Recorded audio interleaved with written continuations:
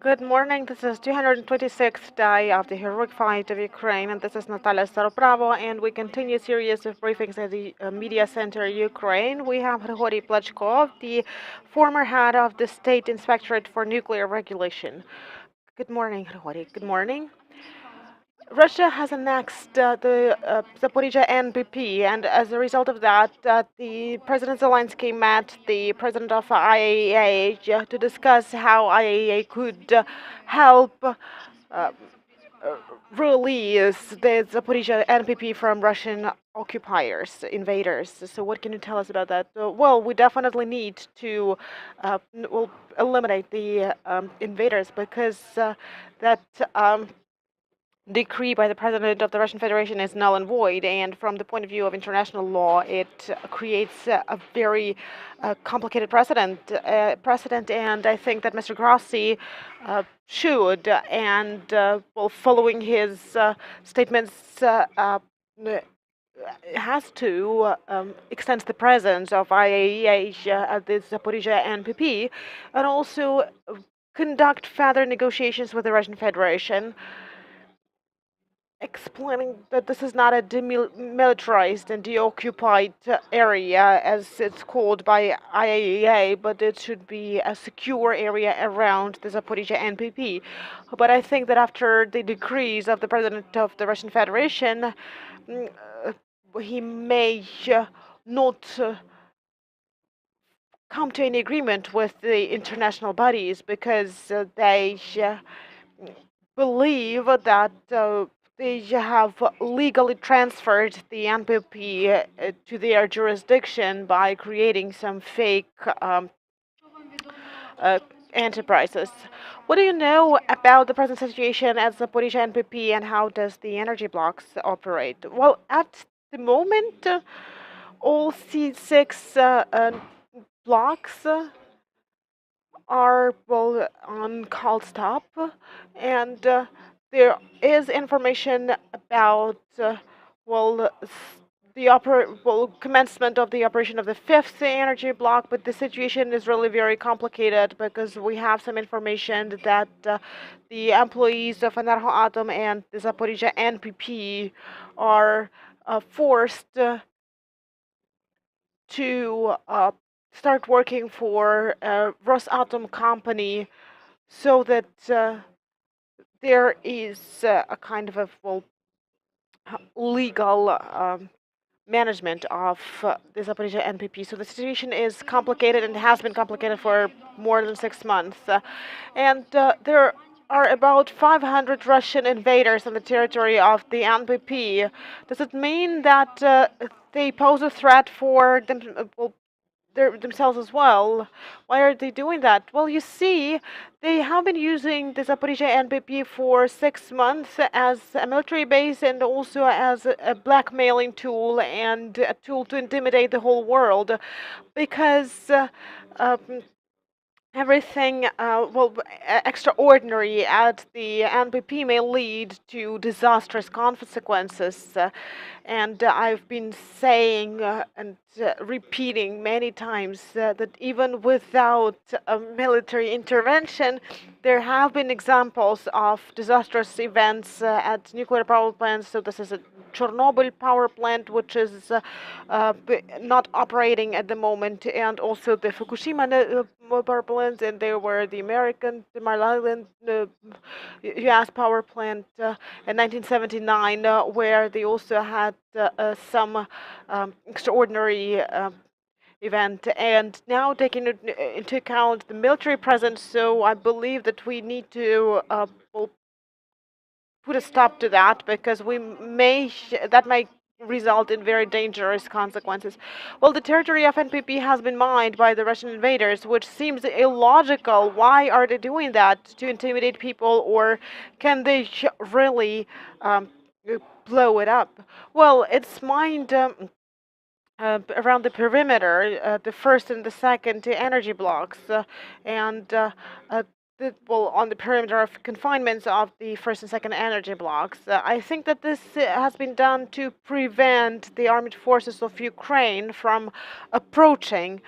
and trying to take the NPP by force. So they are doing everything they can to prevent Ukrainian forces from releasing and liberating the Zaporizhia NPP. That's why they have their contingent there, and they have also the military vehicles there and armed soldiers there, and also some people from Rosatom who have been rotating, and this new fake director who have come from another Russian nuclear power plant. So this is basically nuclear terrorism. And Mr. Murashov was arrested by the invaders for no obvious reason. So this is another sign of nuclear terrorism, and I think that the world should open the eyes to that, to impose sanctions or well, restrict Russian Federation in their ability to take decisions in IAEA and UN and other international organizations, because it's been 6 months since we've been living in a very dangerous nuclear situation. Rafael Grossi announced the increase of the number of experts at the nuclear power plant. So instead of 2 IAEA experts, they will have 4 experts there. So is this because the Ukrainian authorities asked for that, or is it because IAEA sees some threats which they are not voicing? Well, I think that the whole world, and Mr. Grossi in particular, understand that it's better to prevent the disaster or some extraordinary events on Zaporizhia NPP.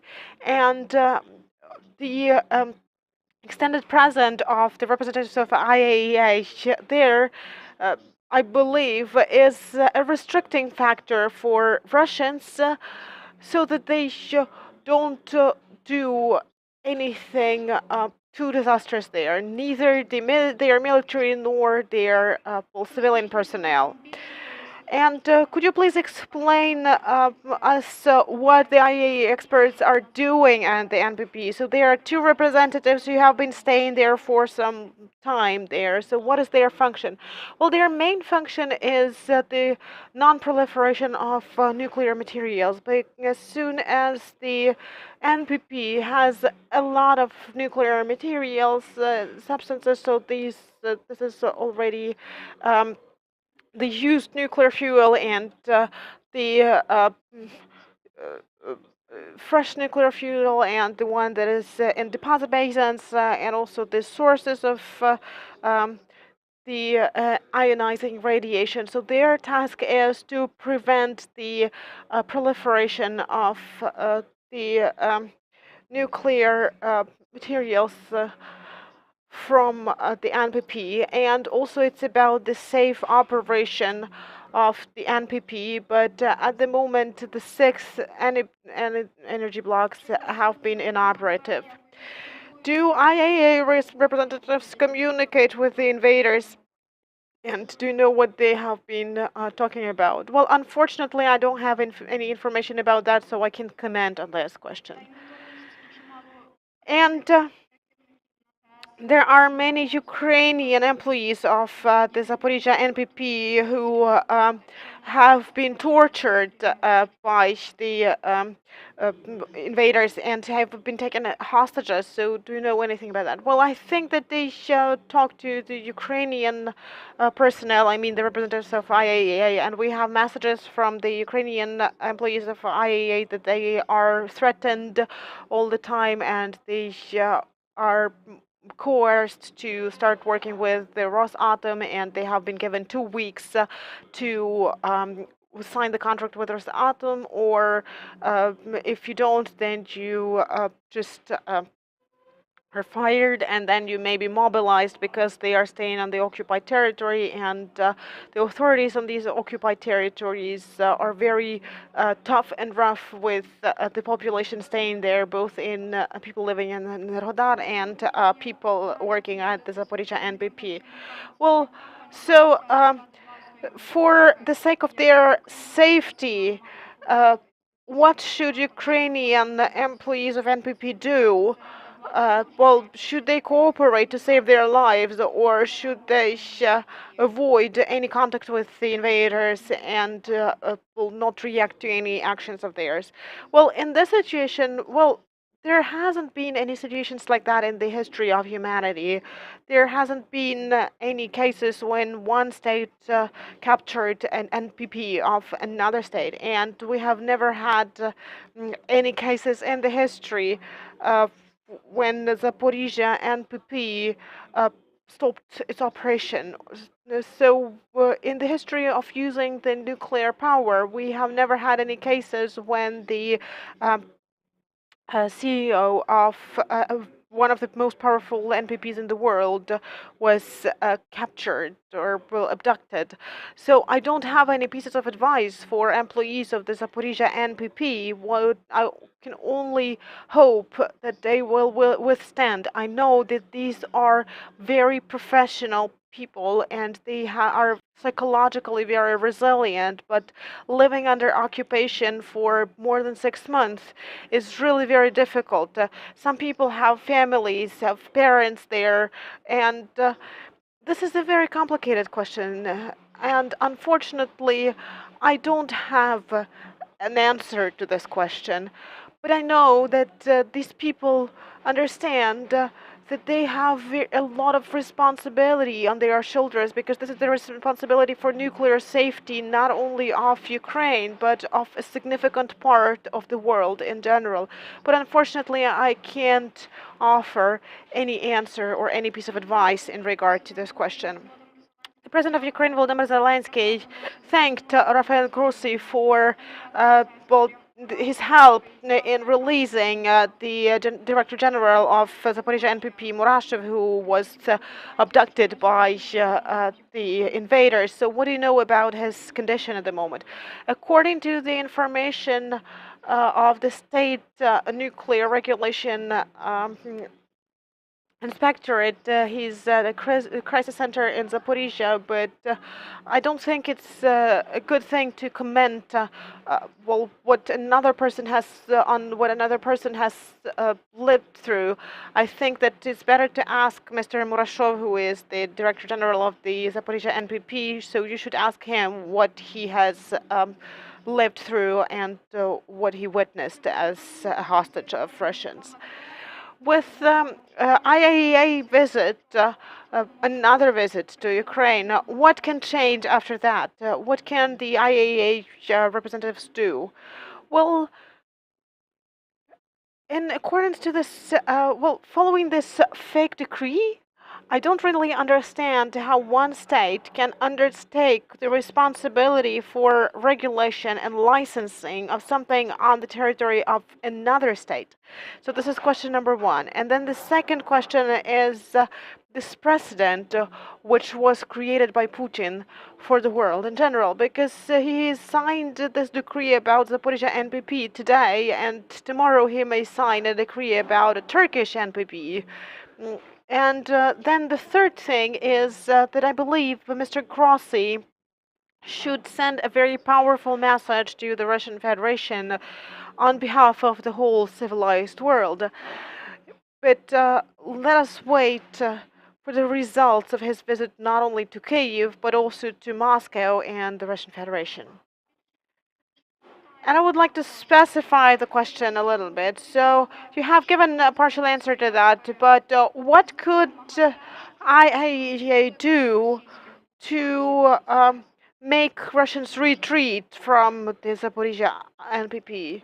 Well, I believe that the international community should open its eyes to what's happening and to start, well, excluding and stripping Russia of membership in very well reputable international organizations. ICAO has done so, and I think it's a time to do that. They have to be stripped of their membership in IAEA. They have to be stripped of the right to take decisions in the UN Security Council because they have been vetoing everything they could, and also imposing sanctions. You see that Hungary has lobbied the well, cancellation of sanctions against Rosatom because they depend on the fuel and technologies from the Russian Federation. And then the civilized world should stop cooperating with Rosatom if they can't impose sanctions on them. They should start diversifying, the supplies of fuel, of uranium and nuclear technologies. There are various tools, but these tools will have to be used. It's high time we started using these tools. After this decree, the Russian Federation may do anything regardless of any international documents, and they have actually been doing that already. Well, you are following the situation at the Zaporizhia NPP at the moment. So what do you think are the potential scenarios which could lead to some disastrous result? Well, you see, liberating the Zaporizhia NPP with very precise weapons or HIMARSs means posing a threat to the world as well. So these risks are connected with the presence of the military and of them being armed, of mining of the territories around them, of all those military vehicles located at the territory of the NPP. And then Russia has been trying not only to transfer the Zaporizhia NPP into the jurisdiction of the Russian Federation, they are trying also to technically connect it to Crimea or Donetsk and Luhansk regions and Crimea, which has been occupied by Russia. So I can't say what the invaders have in their minds, because they have been torturing the employees of the NPP. So it's very difficult to predict what's going to happen. So I can only say that the situation remains very tough and very tense. And it has been so for more than 6 months. Thank you. We really hope the situation will change for the better in the nearest future, and the Zaporizhia NPP will be controlled by Ukraine. Well, I'm sorry, I'm not allowed to say this. I'm frowned upon for that, but I want to say that the Russian Federation should not forget that the Kursk NPP is like 60 kilometers from the area of armed hostility. So I'm not saying that something should be done to Kursk NPP, but I think that they should remember that they have an NPP very close to their borders, and it's very close to the front lines. Thank you. This was Hryhorii Plachkov, the former head of the State Inspectorate for Nuclear Regulation. Thank you, Hryhorii, for this discussion. Thank you. And this is it for today. Follow the announcements on the resources of Mediacentru Ukraine, and let's stick together. We are one day closer to